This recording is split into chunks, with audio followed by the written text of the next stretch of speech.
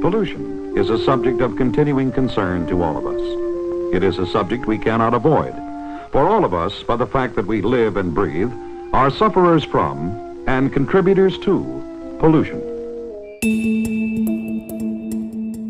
Everybody's downwind of somebody, and to be able to do some research in one part of the world and have it affect somebody somewhere else is just amazing. Our group goes around the world and takes air samples, and those air samples are used either to study urban pollution. We study gases that are greenhouse gases.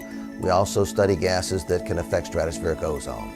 The last time we flew 42,000 miles in 23 days. It was an around the world project where we flew the NASA DCA from the North Pole to over Antarctica, looking at what the air looks like, because the air had never been sampled with that kind of rigor before. Back in 1991, the mayor of Mexico City said, "We have an air quality problem, could you help us out?"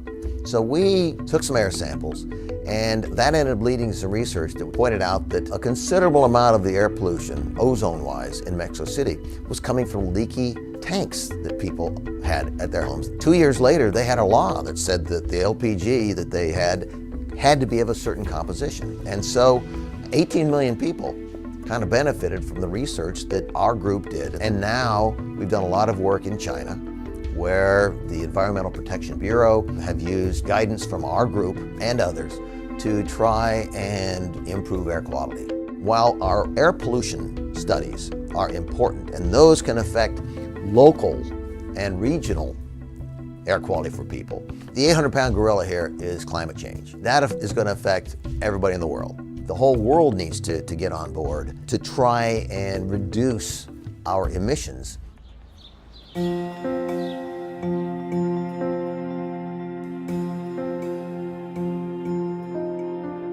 I cannot say enough about my mentor. Sherwood Rowland was the first chairman of the chemistry department. He was an incredible scientist, an incredible person. A lot of the way I do things is a result of how he did things. 10 years after he came here, he makes this incredible discovery that CFCs could destroy stratospheric ozone. That then, 20 years later, was rewarded with the Nobel Prize in 1995.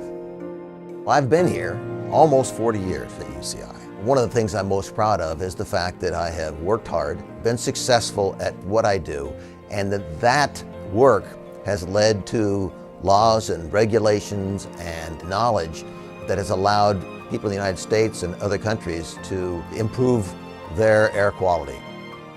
Having good air quality is a right that we all should have.